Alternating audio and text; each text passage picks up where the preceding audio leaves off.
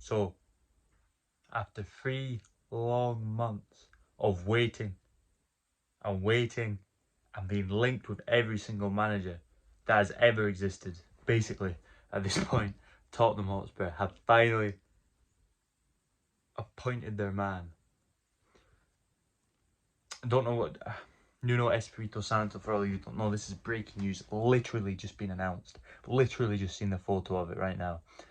And do I agree with it? Was he the best choice out there that they had to begin with, out of every single person they had as an option?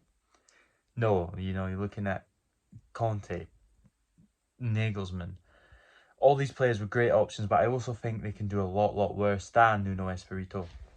I think we've seen he's got good tactics from his time at Wolves, and I think also we've noticed that maybe, do you know, when a manager spends too long at a club, that might have been what happened at Wolves, and the expectations just got too much, and such and such. The Premier League's a very hard league, and there was a point where he was linked with Man United, so you know there has to definitely be something there. And for me, I think there's a lot worse signings they could do. I totally understand the caution and why people could be angry about it, but I think as well, I would trust him more than Fonseca. He knows the league, and other managers they've been linked with. You know, Scott Parker, they've done better. I think everyone thought they were going to get Ryan Mason, so at least they've kind of got a manager now, knows the league, can come in, put his tactical style on the team. It'll be interesting to see, will he play a back five? Maybe that can sort the defensive issues out. We know he can be very attacking.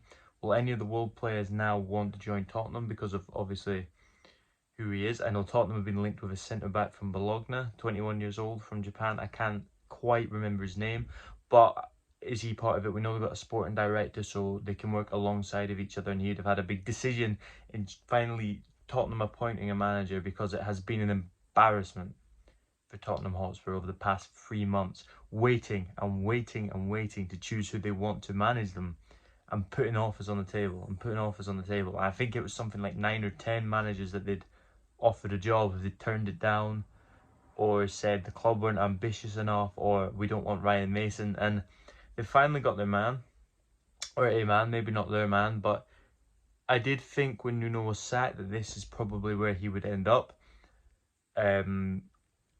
So yeah, you can't really knock it there. He's gone straight back into management. I don't think he's a terrible manager whatsoever. So obviously once the Euros are over, he'll get his team together, be working with each other. And what does this mean for the league? Does it mean that Tottenham are going to be, you know, back in that top four, challenging like they were under Pochettino? Not necessarily, not straight away anyway. I think as well, when you remember Poch came from Southampton, he did a fantastic job, and can Nuno sort of recreate what Pochettino did? It will be interesting to see and find out, because obviously they need a huge rebuild. They're in need of a bunch of players leaving, and kind of doing her old bomb squad again, like they did when Poch was there, and just bringing in a bunch of newer, younger players and seeing if they work out. Did Tottenham have the money for that? Yes. Will they spend the money for that? No. Will they sell Harry Kane? Will they use the money, give the money for Harry Kane too? No.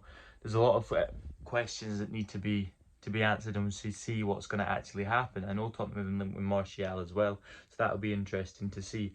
But what I'm thinking from Nuno is, I'm very intrigued, because he's taking a step up from Wolves, and people probably thought he was going to get the Palace job or a job like that. So it'll be, I'm very much wondering how it's going to work. But that's like you said with the Rafa Benitez video, it's something that's going to come with time, and we're going to see. And he's only got a 2-year contract, so he's got to go out and prove it, to see if he is good enough. And I completely understand why they're giving a manager a 2-year contract, purely from Mourinho. They spent too much money sacking Mourinho and giving too long of a contract, that now they're trying to play it smart. And maybe the 2-year contract's putting some managers off with commitment, but I'm positive that if you go and you do a good job, you will get another contract. So that's what Nuno has to do. He has to be dynamic, he has to be attacking, and he needs to commit, and he needs to go for it, because this is probably the biggest chance he's had so far as a manager. And if he can be the one to bring Tottenham silverware, he will always be remembered. Even if that's, you know, they've not had it in so long, that if he is the man to do it, he will always be remembered. Like Benitez would be if he did it at Everton.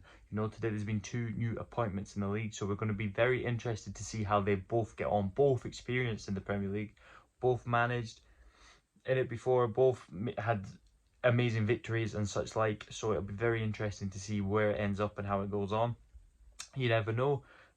So that'll definitely add a new factor to the league for this season, so we'll see how Nuno does. Thanks for watching. Please like, subscribe. Tell me what you think about Nuno. Tell me what you think about the whole Tottenham manager saga. It's finally over.